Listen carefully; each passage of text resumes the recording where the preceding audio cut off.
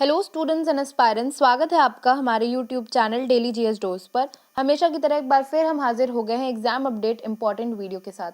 तो आज के इस वीडियो में हम बात करेंगे मौर्यन डायनेस्टी यानी संपूर्ण मौर्यन वंश की, और किस तरह से क्या क्या सोर्सेस थे इस वंश के, कौन कौन से राजा जो हैं वो प्रसिद्ध हुए इस पूरे ही डायनेस्टी में, इस वंश में। आज इन सारे इंपॉर्टेंट टॉपिक्स पे, इन विषयों पे चर्चा करेंगे इस इंपॉर्टेंट वीडियो में। अगर आपको ये वीडियो पसंद आता है तो इस वीडियो को लाइक करें और अपने फ्रेंड्स और रिलेटिव्स में शेयर करें। शुरुआत करते हैं सबसे पहले सोर्सेज ऑफ मौर्यन हिस्ट्री से। तो मौर्यन जितना भी मौर्य सम्राट वंश था हमारा, इनके क्या सोर्सेज थे। पहला सोर्स हम लोग जानते हैं, मेगास्थनीज को पहला सोर्स बताया गया है। क्यों बताया गया है, आइए विस्तार से जानते हैं। Megasthenes was ambassador of the Greek ruler Seleucus. तो सेल्यूकस का नाम आ जाता है जब भी मेगास्थनीज का नाम आता है, क्योंकि ये उनके एम्बेसडर रहे हैं, ग्रीक रूलर थे Seleucus. Megasthenes was in the court of Chandragupta and lived in India for 14 years. तो 14 साल तक का इनका पूरा एग्जाइल था मेगास्थनीज का भारत में। और ये किसके कोर्ट में आए थे, अपने आप में भी एक इंपॉर्टेंट क्वेश्चन बन जाता है। इस बार के एनटीपीसी के पेपर में भी ये प्रश्न पूछा गया था कि मेगास्थनीज जो थे वो किसके कोर्ट के एक हिस्सा थे, एक पार्ट थे। तो ये प्रेस्टिजियस पार्ट थे चंद्रगुप्त की कोर्ट के। In this book, Indica, he has described various aspects of Indian life, including the administration of the state, local administration and life of the king. तो हमें ये बात पता है कि इनकी जो महत्वपूर्ण किताब है मेगास्थनीज द्वारा लिखित इंडिका, उसमें इन्होंने डिस्क्राइब किया है, वर्णित किया है बहुत ही विस्तार से क्या क्या चीज़ें, aspects of Indian life including the administration of the state, local administration and life of the king. तो किंग की क्या जिंदगी होती है, किस तरीके से वो अपने स्टेटिस के लिए, अपने जितने भी उनके डिवोटीज होते हैं अपने किंगडम के लिए कितना ज़्यादा डिवोटेड रहता है, किस तरह से उसका सारा एडमिनिस्ट्रेशन वर्क करता है, उसका एम्पायर किस तरह से रूल आउट होता है, ये सारी ही चीज़ें जो है इन्होंने इंडिका नामक पुस्तक में लिखी थी। और ये आए थे चंद्रगुप्त की ऑफिशियल कोर्ट के टाइम, जबकि इनका जो कार्यकाल था, जितने वर्ष तक ये भारत में रहे, वो था 14 साल यानी 14 years. It is one of the most important sources to know the details about the Mauryan dynasty. और मेगास्थनीज को फर्स्ट एंड फॉरमोस्ट इंपॉर्टेंट एक सोर्स माना जाता है मौर्यन डायनेस्टी। जब भी हम मौर्यन वंश की बात करते हैं तो हमेशा इनको एक इंपॉर्टेंट सोर्स की तरह कंसिडर किया जाता है। अब हम लोग चलते हैं नेक्स्ट इंपॉर्टेंट सोर्स पे, जिसमें हम बात करते हैं कॉटल्स इकोनॉमी। तो हमें पता है कि कॉटल्स अर्थशास्त्र is also very important source of knowledge of Mauryan dynasty. तो कौटिल्य द्वारा लिखी गई जो अर्थशास्त्र थी, जो किताब थी, वो भी एक बहुत इंपॉर्टेंट और सेकंड नंबर का एक बहुत इंपॉर्टेंट सोर्स है अगर हम बात करते हैं मौर्यन डायनेस्टी की। चाणक्य भी नाम था कौटिल्य का, और उन्हें चंद्रगुप्त की कोर्ट का मिनिस्टर माना गया था, यानी he was one of the important ministers of Chandragupta court. He has thrown light on the contemporary social, political and economic conditions of the country at the time. यानी इन्होंने अपनी बुक अर्थशास्त्र में कंटेम्प्रेरी, सोशल, पॉलिटिकल और economic, यानी जितने भी पहलू होते हैं एक राज्य को चलाने के लिए, एक डायनास्टी को रन करने के लिए, रूल करने के लिए, इन सारे ही एस्पेक्ट्स पे बहुत ही डिटेल्ड वर्जन इन्होंने अपनी बुक में, जिसका नाम था अर्थशास्त्र, उसमें मेंशन किया है। He also gave information about the duties of the king, his foreign policy and organisation of spies. यानी किस तरीके से स्पाइस को जो है एडमिनिस्ट्रेशन में सेट किया जाता किस तरह से फॉरेन पॉलिसीज पे राजा जो है वर्क करता था, और क्या क्या ड्यूटीज होती थी, क्या क्या कर्तव्य होते थे एक राजा के मौर्यन वंश में। इन सारी ही चीज़ों पर बहुत अच्छे से प्रकाश डाला है विस्तार से अपनी बुक अर्थशास्त्र में। इंस्क्रिप्शन पे आ जाते हैं, थर्ड मोस्ट इंपॉर्टेंट सोर्स पे आ जाते हैं इंस्क्रिप्शन, जिनको हम हिंदी में अभिलेख भी कहते हैं। तो किस तरह से ये एक इंपॉर्टेंट रोल प्ले करते हैं, आइए जानते हैं। अशोका's inscriptions are the most important sources of Mauryan period. They are important for imparting knowledge about the extent of his empire, his religious policy, his administration, and his character as a king.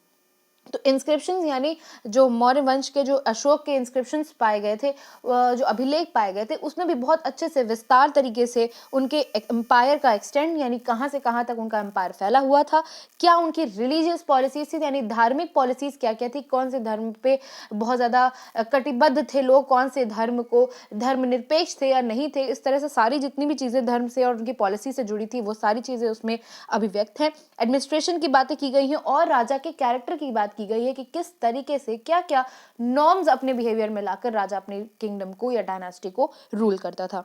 बाकी sources की बात करें तो the Mahavamsa, Dipavamsa, Divyavadana, Buddhist text provide a lot of information regarding the Mauryan period. आपके पास एक बहुत important और स्ट्रेट क्वेश्चन आ सकता है इस लाइन से कि आपको चार ऑप्शंस में पूछा जा सकता है कि which among the following Buddhist text और which among them is not a Buddhist text that provides a lot of information about the Mauryan period. तो ये जो तीन नाम है, इसके अलावा जो नाम होगा वो नाम गलत हो जाएगा एमसीक्यू के क्वेश्चन में। उसका जो सही जवाब है वो है महावंश, दीपामराज और दिव्यवंदन। तो ये जो तीन बुद्धिस्ट टेक्स्ट हैं यानी बौद्ध धर्म के जो ये टेक्स्ट हैं, ये बहुत इंपॉर्टेंट इंफॉर्मेशन प्रोवाइड करते हैं मौर्यन डायनास्टी की। विशाखा दत्त मुद्रा राक्षस इज एन इंपॉर्टेंट बुक जिसमें मौर्यन डायनेस्टी की जो है चर्चा की गई है।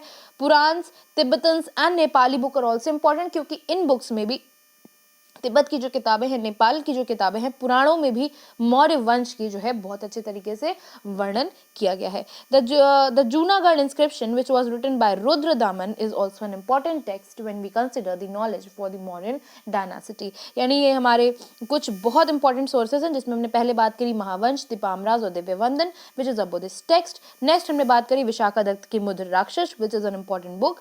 तीसरे हमने बात करी कि पुराण जो कि तिब्बत और नेपाली बुक्स हैं उनमें भी इनकी जो है काफी चर्चा की गई है। और जो लास्ट है जूनागढ़ इंस्क्रिप्शन जो कि लिखा गया था रुद्रदामन द्वारा, उनकी भी चर्चा की, उन्होंने भी मौर्यन वंश की जो है चर्चा की है अपनी किताबों में।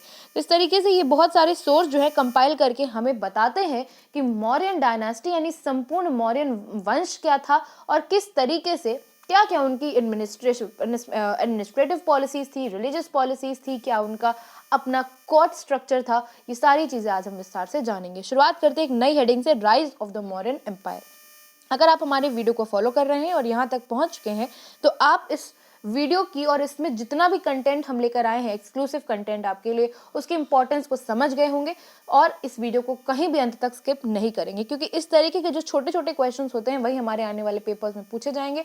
अगर आप यूपी कांस्टेबल की तैयारी कर रहे हैं, यूपीएसआई की तैयारी कर रहे हैं या यूपी लेखपाल, यूपी SSS की तैयारी कर रहे हैं, टेट की तैयारी कर रहे हैं, तो इन सारे पेपर्स में हिस्ट्री का एक बहुत इंपॉर्टेंट रोल होता है। और हिस्ट्री कहीं ना कहीं एंशिएंट हिस्ट्री का अपने आप में डायनास्टी रिलेटेड क्वेश्चंस जो हैं आपसे बहुत ज्यादा पूछे जाते हैं। शुरुआत करते हैं राइज ऑफ मौर्यन एम्पायर से।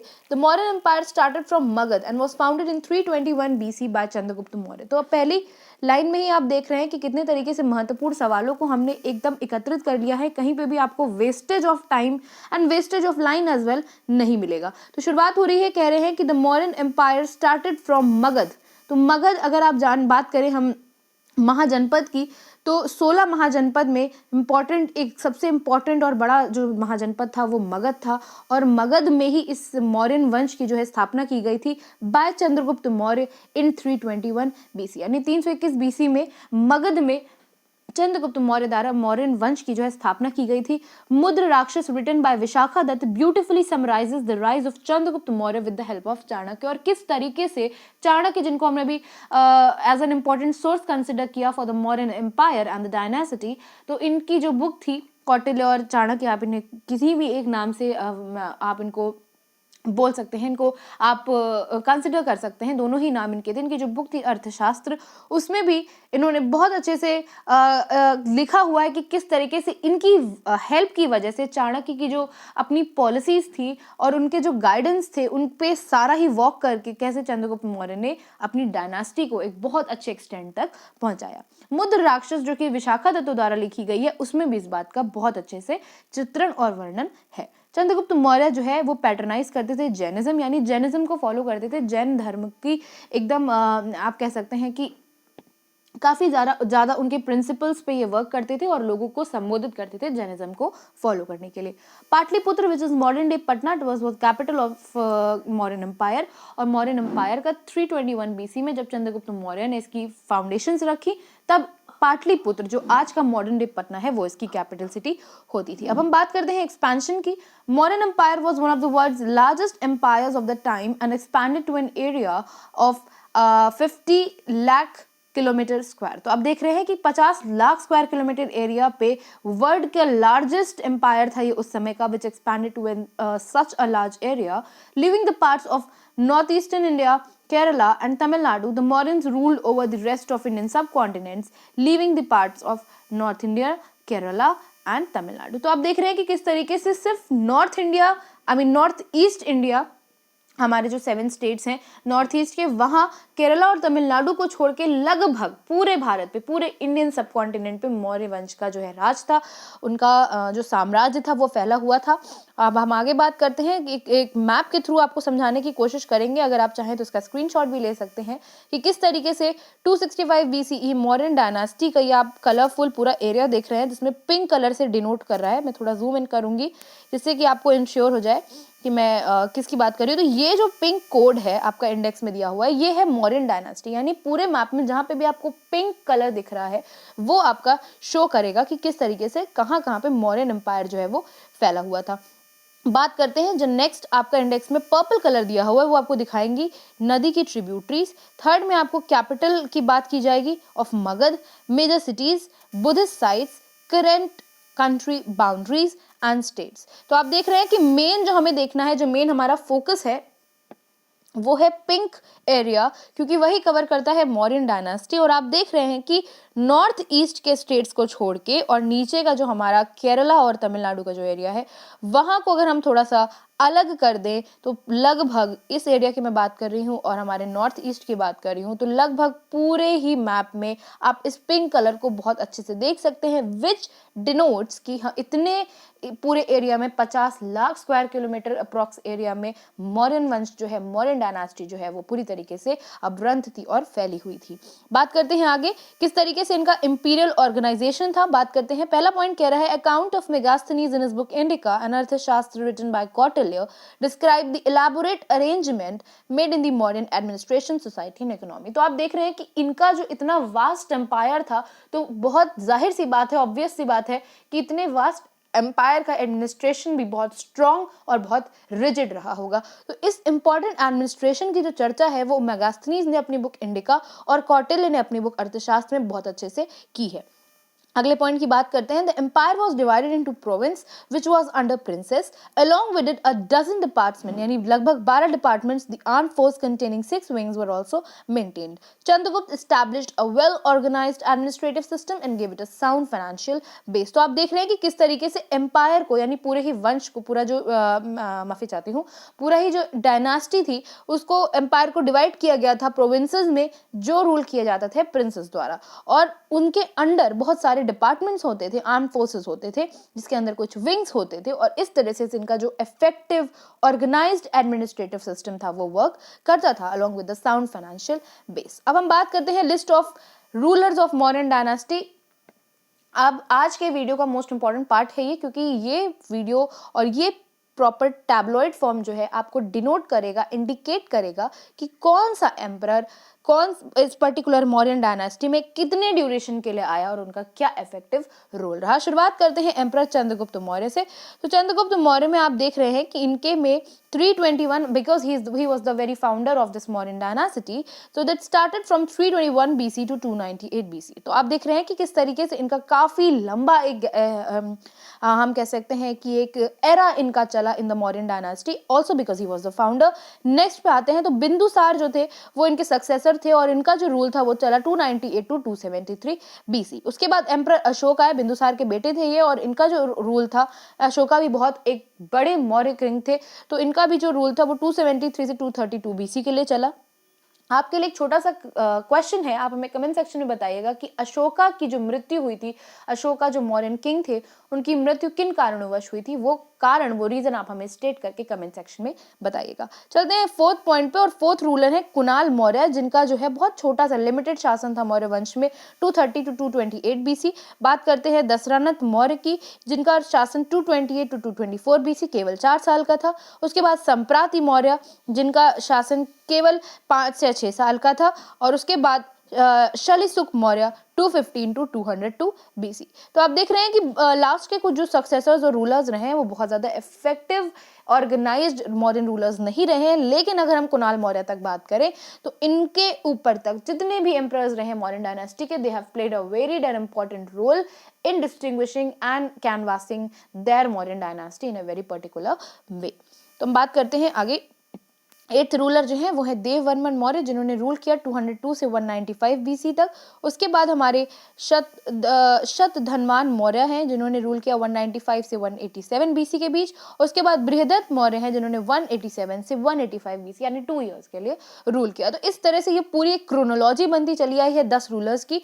बहुत इंपॉर्टेंट, अगर आप चाहें तो इसका स्क्रीनशॉट भी ले सकते हैं, या अगर आप इस पीडीएफ फॉर्म में इंटरेस्टेड है तो दिए गए डिस्क्रिप्शन बॉक्स में हमारे टेलीग्राम चैनल को फॉलो करें, और वहां पे आपको बिल्कुल ही फ्री, मैं रिपीट करूंगी, बिल्कुल ही फ्री फॉर्म में ये पीडीएफ अवेलेबल हो जाएगा। आप वहां से इसको सिंपली डाउनलोड करके लेटर अपने एजुकेशन पर्पस के लिए यूज कर सकते हैं। शुरुआत करते हैं चंद्रगुप्त मौर्य से, उनके वंश के बारे में जानेंगे और जानते हैं कि उन्होंने क्या खास काम किए, क्या उनके खास टाइटल्स थे। Starting with Chandragupta Maurya was the great emperor of India. He founded the Mauryan Empire. The date of accession of Chandragupta Maurya is generally 321 BC is as determined. He ruled for about 24 years. तो 24 साल तक इन्होंने अपना era जो है वो बहुत अच्छे से कंसिडरेट तरीके से संभाल के इफेक्टिव पोजीशन में ऑर्गेनाइज रखा। Megasthenes served as a Greek ambassador in the assembly of Chandragupta for 4 years. 4 साल तक as a Greek ambassador Megasthenes ने इनकी कोर्ट में जो है काम किया। Although Megasthenes stayed in India for like 14 years. In Greek and Latin writings, Chandragupta is referred as Sandocrates and Endocotus respectively. तो आप देख रहे हैं कि ग्रीक में चंद्रगुप्त को सैंडोक्रोट्स कहा गया है और एंडोकोटस कहा गया है। लैटिन भाषा में इनको ये टाइटल्स दिए गए हैं। वेरी इंपॉर्टेंट, आप चाहें तो इसे एक शॉर्ट नोट फॉर्म में, फ्लो चार्ट के फॉर्म में मेंशन कर सकते हैं। According to Plutarch, Sandrocotus कौन था? Sandrocotus conquered the whole of India by a huge corps of 6 lakh soldiers and subdued him. तो जो ग्रीक भाषा में हम बात करें तो प्लूटार्च एक उनके इफेक्टिव राइटर थे, जिन्होंने ये मेंशन किया था कि सैंडोक्रोटस ने पूरे भारत पे 6 लाख सोल्जर्स की सेना के साथ पूरे भारत के जितने भी राजा थे छोटे बड़े, उनको हरा के उस पर कब्जा कर लिया था और अपना जो वंश है उसको स्थापित किया था। तो इसी तरीके से चंद्रगुप्त को उनकी उपाधि दी गई है सैंडोक्रोटस की, और बताया गया है कि कैसे Chandragupta also served like ruler as Sandrocottus and Androcottus in Latin. Androcottus की बात करें तो according to Justin's opinion, India was under the control of Chandragupta who has already conquered Saurashtra. तो सौराष्ट्र मॉडर्न डे का गुजरात है, और उन्होंने पूरा area except the Kerala, Tamil Nadu, part of South India and the north eastern part of India, इन्होंने पूरा इंडिया अपने under control में कर लिया था under the Mauryan empire. The Junagadh inscription of Mahakshatrapa Rudradaman proves that Vysya Pushyagupta was the governor here। यानी कि चंद्रगुप्त मौर्य की जो पूरी कोर्ट थी उसमें जो गवर्नर थे वो उनका नाम था वैश्य Pushyagupta. The last battle of Chandragupta took place in 305 BC as happened with Seleucus, Alexander's former general and his contemporary, the Greek emperor of Syria। Seleucus had to bow down the power to Chandragupta. तो किस तरीके से Seleucus ने भी अपनी power Chandragupta को सौंप दी थी, ये भी बहुत अच्छे तरीके से इन किताबों में लिखा है। According to the inscription found from Shravana Belagola, Chandragupta went to Shravana Belagola with Bhadrabahu in his last days. तो अपने लास्ट डेज के यानी आप कह सकते हैं कि जब अपने लास्ट डेज में ये थे, यानी अपनी मृत्यु के निकट थे, तब श्रवण बेलगोला इनका जाना हुआ था भद्रबाहु के साथ, who was also a renowned minister of his kingdom. Once he renewed his body by fasting and there he renounced his body, यानी जैनिज्म को क्योंकि ये फॉलो करते थे और उन्हीं के प्रिंसिपल्स पे वर्क करके इन्होंने फास्टिंग की थी, व्रत रखा था, और उसी के कारण कमजोर होके, फीबल होके इनकी जो बॉडी थी वो रिनाउंस हो गई and he later submitted to death. Chandragupta became the last crown bearing sage after him there was no crown bearer ruler Digambara मुनि। यानी ऐसे मुनि, ऐसे पहले सेज बने थे Chandragupta Maurya. Also he was the last, माफी चाहती हूँ, पहले नहीं, ऐसे लास्ट क्राउन बियरिंग सेज थे जो एक राजा होके, एक मुनि होके खत्म हुए थे। Therefore Chandragupta has an important place in Jainism। बात करते हैं बिंदुसार की। Bindusara is known as father's son and son's father because he was the son of the famous mighty ruler Chandragupta Maurya and he was the father of great king Ashok. तो आप देख रहे हैं कि बिंदुसार जो थे वो अशोक के पिताजी थे, और वो अशोक के पिताजी थे और चंद्रगुप्त मौर्य के बेटे थे, इसलिए उनको फादर सन और सन्स फादर भी कह के डिनोट किया जाता है। Bindusara has also known as Amitraghata, Simhasana, Madras and Varisara and he was a follower of Ajivika Singh. तो जैनिज्म में जो अजीवक सेक्ट होता है उसके फॉलोअर थे Bindusara. Chandragupta Maurya and Durdhara son Bindusara got the rule of a large state in the state. तो इन्होंने भी इस पूरे वंश को बहुत अच्छे तक कंटिन्यू रखा, बहुत अपना जो पूरा सार था, विस्तार था, वो फैलाए रखा मौर्यन वंश का। The people of Taxila revolted twice under Bindusara's rule. The first revolt was due to misadministration of Bindusara's eldest Sushima. तो जो बिंदुसार के बड़े लड़के सुशीम थे, तक्षशिला में सबसे पहले उनके खिलाफ अगेंस्ट बिंदुसार के रूल के जो है आवाज उठाई थी, रिवोल्ट किया था। That was because of the mis administration and mislead by Bindusara elder son Susima. The reason for second rebellion, यानी दूसरी बार जब उन्होंने इस बात के खिलाफ आवाज उठाई थी, the people of Takshashila, that was due to the suppression by Ashoka the son of Bindusara. तो बेसिकली जो सेकंड रीजन था वो अभी तक अननोन है, बट ऐसा माना जाता है कि that was because of his son Ashok. तो जानते हैं friendship with Syrian emperor continued even during his rain. तो फ्रेंडशिप जो थी इनकी बिंदुसार की सीरियन एम्परर के साथ वो बहुत अच्छे तक कंटिन्यू रही, पूरे ही मौर्यन वंश तक, जब तक उन्होंने राज किया। Megasthenes' successor Demachus lived in Bindusare's court as an emissary of the Syrian emperor। तो आप देख रहे हैं कि मेगास्थनीज के जो सक्सेसर थे उनका नाम था डिमाकस, वो बिंदुसार की कोर्ट में रहते थे as an emissary of the Syrian emperor, जिनके साथ बहुत अच्छी फ्रेंडशिप के टर्म्स थे with Bindusara. According to Pliny the Egyptian emperor Ptolemy Philadelphus, who lived for like 285 to 247 BC, also sent his ambassador to the court of the Indian king। तो इनके Egyptian emperor जो Ptolemy फिडेलिफस थे उनके साथ भी बहुत अच्छे संबंध थे। उन्होंने अपना कोर्ट में उन्होंने बिंदुसार की इंडियन कोर्ट में, ऑफिशियल कोर्ट में अपना एम्बेसडर भी भेजा था। According this Athanas mentions the correspondence of the Syrian Emperor Antiochus I, Soter and Bindusar. King Amitraghat had requested Antiochus to buy wine and sophists from his country and send him. It was said that the reply there was unable to send liquor to you because according to Greek law sophists are not sold। तो काफी अच्छे friendship terms थे इनके Syrian emperor के साथ, जिनका नाम था एंटियोकस वन सॉटर। एंड बेसिकली इन्होंने वाइन के लिए कंट्री जो है, मतलब वाइन के लिए सोफिस्ट्स को अपनी कंट्री में वाइन भेजी थी। इन द रिप्लाई उनको ये लेकर जो है भेजी गई थी, but the Greek according to the Greek law, यानी काफ़ी ज़्यादा ये आप कह सकते हैं कि कंट्रोवर्शियल है, क्योंकि ग्रीक लॉ में सोफिस्ट को लिखा गया है कि कभी भी ये वाइन सोल्ड नहीं की गई थी। Although in other inscriptions where it is mentioned as Athenaeus, वहाँ पे लिखा गया है कि ये जो वाइन का आदान प्रदान है ये हुआ था। बात करते हैं अशोका की। After Bindusar as an important modern king, we will now talk about 273. We'll now talk about the ruler who ruled from 273 to 232 BC, who is also known as the modern king Great Ashok. Ashok ascended the throne in 273 BC and ruled up to 232 BC. He was known as Devanam Priyadarshi, the beautiful one who was the beloved of gods। तो इनका ये अपने आप में एक title था, Devanam Priyadarshi. Ashoka for the Kalinga war in 261, इनका बहुत इंपॉर्टेंट वॉर था। ये वॉर बहुत बार कई पेपर्स में पूछा जा चुका है, बहुत इंपॉर्टेंट है, मार्क कर लीजिए। ये इन्होंने जो वॉर लड़ा था, कलिंग वॉर 261 BC में लड़ा गया था। कलिंगा जो है वो मॉडर्न डे का उड़ीसा है। अशोकन इंस्क्रिप्शंस में बहुत अच्छे से ये बात जो है लिखी गई है by James Prinsep. After the battle of Kalinga, Ashoka जो है वो बुद्धिस्ट की राह पे चल गए थे, यानी जैनिज्म का जो एक सेक्ट फॉलो करते आ रहे थे चंद्रगुप्त मौर्य और उनके बेटे बिंदुसार, वो यहाँ से ब्रेक हो गया था और यहाँ से बुद्धिज्म की जो है शुरुआत हो गई थी। After the battle of Kalinga, Ashoka का जो ट्रॉमेटाइज्ड माइंड सेट था, वो उन्होंने इतना ब्लडशेड और इतना वॉर देखने के बाद अपने ट्रॉमेटाइज्ड माइंड को बिल्कुल ही अलग डायरेक्शन में मोल्ड कर दिया था, and he became a Buddhist. Being shocked by the horrors of war, he replaced Birik Ghosh by Dham Ghosh. He started following the Dhamma policies of Buddhism. Ashoka was initiated to Buddhism by Upagupta or Nigrodh, a disciple of Buddha.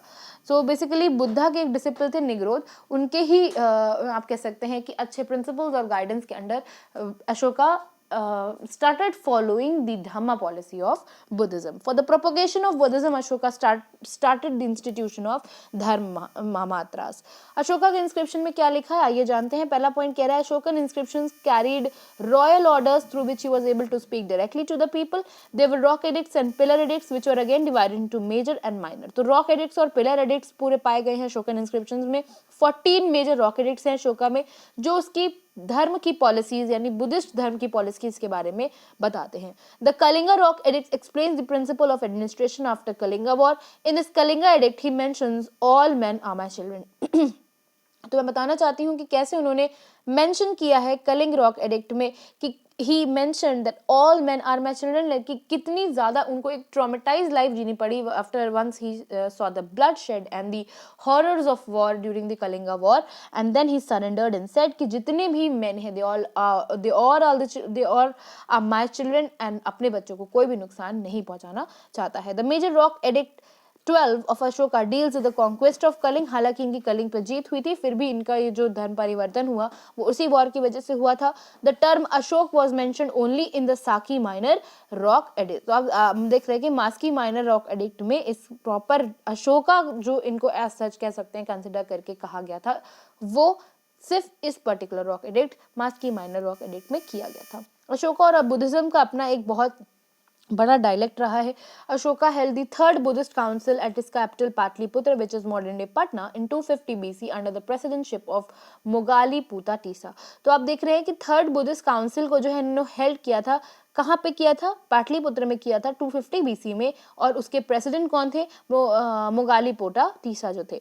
He sent his son and daughter to Sri Lanka for the spread of Buddhism. बहुत important है, महेंद्र और संघमित्रा इनकी बेटा बेटी थे जिनको इन्होंने श्रीलंका भेजा था बौद्ध धर्म के विस्तार और विज्ञापन के लिए.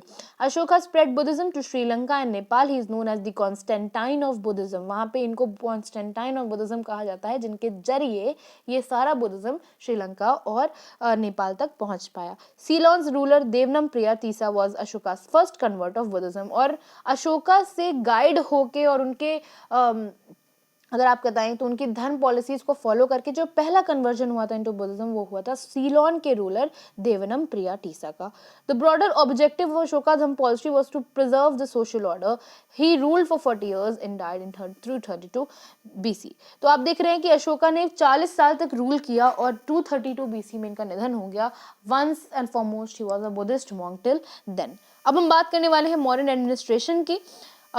एक समरी ले लेते हैं मॉडर्न एडमिनिस्ट्रेशन, क्योंकि हमने जो लिस्ट अभी तक फॉलो करी है उसमें हमने देखा है कि अशोका के बाद जितने भी रूलर्स थे वो बहुत ज़्यादा इफेक्टिव और ऑर्गेनाइज्ड ना हो जाने के कारण बहुत ही कम रूल के लिए मॉडर्न डायनेस्टी में टिक पाए. तो we have considered and covered up all the important modern rulers. Now we will just have a summary of modern administration. Highly centralized administrative structure जो था क्या था आइए जानते हैं. Chanakya mentions the 7 elements of सप्ततंग theory and administration जो कि इनके रूलर और इनकी डायनेस्टी में फॉलो की जाती थी. The king is assisted by his मंत्री परिषद. Important officials were appointed for various administrative activities. Come on, let's know. The administration was divided into 4 units: the Chakra province, the Ahar or the district, the संग्रहण और the group of villages, और फिर ग्राम. तो इस तरीके से administration जो है 4 यूनिट्स में डिवाइड होता था, जिसमें सबसे पहली यूनिट होती थी चक्रा जिसे हम प्रोविंस कहते हैं. उसके बाद आता था डिस्ट्रिक्ट जिसको आहार कहते थे. उसके बाद संग्रहण या ग्रुप ऑफ विलेजेस, और उसके बाद आता था ग्राम यानी एक village. The municipal administration headed by a Nagaraka was also found in Arthashastra. यानी म्युनिसिपल एडमिनिस्ट्रेशन जिसकी पोस्ट को हम नागरक कहते थे वो भी अर्थशास्त्र में पाए गए हैं, उसके भी प्रमाण. मॉडर्न आर्ट की बात करें तो 2 तरह की रॉयल आर्ट और पॉपुलर आर्ट फेमस थी. रॉयल आर्ट जो आर्ट थी वो रॉयल पैलेसेस, पिलर्स, केव और स्तूपास में पाई जाती थी. पॉपुलर आर्ट जो है वो एक लोकल आर्ट फॉर्म था जो फिगर्स, स्कल्पचर्स और टेराकोटा ऑब्जेक्ट्स पे पाई गई. The emblem of Indian Republic had been adopted. जो हमारा 4 लाइन कैपिटल है अशोकन पिलर का, वो भी इसी पर्टिकुलर अशोकन इंस्क्रिप्शन से लिया गया है, which was located in Sarnath. Another 4 line capital at Sanchi, single line capital at Rampurva, and Loria, Nandangarh, single bull at Rampurva, carved elephant at Dholi are found. तो आप देख रहे हैं कि किस तरीके से बहुत सारे carved inscriptions पाए गए थे animals के, among which the 4 line capital was considered and taken as the emblem of Indian Republic from the Ashokan pillar inscription. The Mauryas introduced stone masonry on large scale. They started the process of hewing out caves from rocks and construction of stupas to store the relics of Buddha and Bodhisattvas, which in later stages were expanded by Guptas. तो बहुत अच्छे से बताया गया कि modern dynasties ने इन्होंने बहुत लार्ज स्केल पे स्टोन मैसोनरी को फॉलो किया, यानी कि स्टोन की जितनी भी पुरानी गुफाएं थी उनको तोड़ के उनका स्तूपा बनाया, कंस्ट्रक्शन वर्क कराया, क्योंकि वहां पे इन्होंने बुद्धा और बोधिसत्वास की जितनी भी इंपॉर्टेंट चीजें थी जिन्हें ये प्रिजर्व करना चाहते थे इन्होंने उसमें उन्हें प्रिजर्व किया, और which was later preserved and expanded by the Gupta empire. तो इस तरीके से अब हम जानेंगे कि फॉल कैसे हुई मॉडर्न एम्पायर की, और इसी पर्टिकुलर हेडिंग और टेम्पलेट के साथ हम अपने वीडियो को एंड करेंगे. After the death of modern emperor Ashok, the mighty Mauryan emperor, which lasted for almost 2 centuries, began to disintegrate. The last Mauryan emperor, Brihadat, was assassinated by his general Pushyamitra Sangh, which ended the Mauryan Empire. तो आप देख रहे हैं कि किस तरीके से 10 rulers को हम तो जाने थे, लेकिन अशोका के बाद कोई भी बहुत इफेक्टिव मौर्यन रूलर नहीं निकल के आया. And the last Mauryan ruler who was Brihadratha, उनको उनके ही जनरल मिनिस्टर ने असैसिनेट कर दिया था, उनको चाकू से मार दिया था, विच एक्ट जिनका नाम पुष्यमित्र सुंगा था, और जिनकी वजह से ये मौर्यन एम्पायर जो है came to end. Cause of downfall था highly centralized Mauryan administration, incompetent and weak hires, excessive centralization of administration, lack of national consciousness, economic and cultural inequalities, atrocities of provincial rulers, excess of taxes, Ashoka's धम policies and Amartya's atrocities. तो आप देख रहे हैं कि किस तरीके से बहुत सारे हमारे पास कॉज हैं, रीजंस हैं जो एज सच डिपिक्ट और स्टेट किए गए हैं as a downfall cause for the modern empire. और सबसे इंपॉर्टेंट कहीं ना कहीं 2 और 3 पॉइंट हैं जिन्हें मैं यहाँ मेंशन करना चाहती हूँ. अगर आप गौर करें तो सबसे पहला था इनकम्पिटेंट एंड वीक हायर्स, यानी बहुत ज़्यादा आप कह सकते हैं बहुत ही वीक हायर्स थे, बहुत ही उनका जो एक एडमिनिस्ट्रेशन का जो तरीका था वो बहुत ज़्यादा उस तरह से फॉलो नहीं कर पा रहे थे, वो कमज़ोर हायर्स थे, सक्सेसर्स थे, इस वजह से वो डायनास्टी रूल नहीं हो पाई. तीसरी बात थी एट्रोसिटीज ऑफ प्रोविंशियल रूलर्स. वही बात है कि प्रोविंशियल रूलर्स जो थे, जो प्रोविंस में डिवाइड होता था एडमिनिस्ट्रेशन, जो सबसे पहला लेवल ऑफ डिवीजन था, वहाँ पे जो प्रिंसेस रूल कर रहे थे उनकी भी बहुत खराब आप कह सकते हैं एक प्रोग्रेस थी, एक बहुत ही इनइफेक्टिव ऑर्गेनाइजेशन था, जिसकी वजह से ये पूरा एडमिनिस्ट्रेशन जो है वो that came and shattered down. और लास्ट में आप बता सकते हैं कि कैसे प्रॉपर एक रिलीजन की तरफ ज़्यादा इंटेंट होने की वजह से, अशोका की धम्म पॉलिसी की वजह से और काफ़ी ज़्यादा कन्वर्जन्स को फेवर करने की वजह से ये सारा ही जो एम्पायर है वो उतना तरीके से गाइडेड इफेक्टिव एडमिनिस्ट्रेशन की तरफ वर्क नहीं कर पाया, and hence it came to a downfall. तो उम्मीद करते हैं कि आज के इस वीडियो में आपने बहुत तरीके से बहुत ही डिटेल्ड फॉर्म में पूरा ही मौर्य वंश यानी पूरी ही मौर्यन डायनास्टी को समझ लिया होगा. अगर फिर भी आप किसी क्वेरी के साथ लेफ्ट आउट है तो बिल्कुल फील फ्री कीजिएगा कमेंट सेक्शन में हमें से बताने से. हम आपके सॉल्यूशन के साथ जरूर हाजिर होंगे. मिलेंगे आपसे अगले वीडियो में. फिलहाल के लिए लेते हैं आपसे विदा. तब तक के लिए जारी रखिए अपनी तैयारी. Keep boosting your preparation with videos of daily GS dose. Do subscribe to our channel, like this video if you favor, and please share it to your friends and relatives. Thank you for watching. Please subscribe.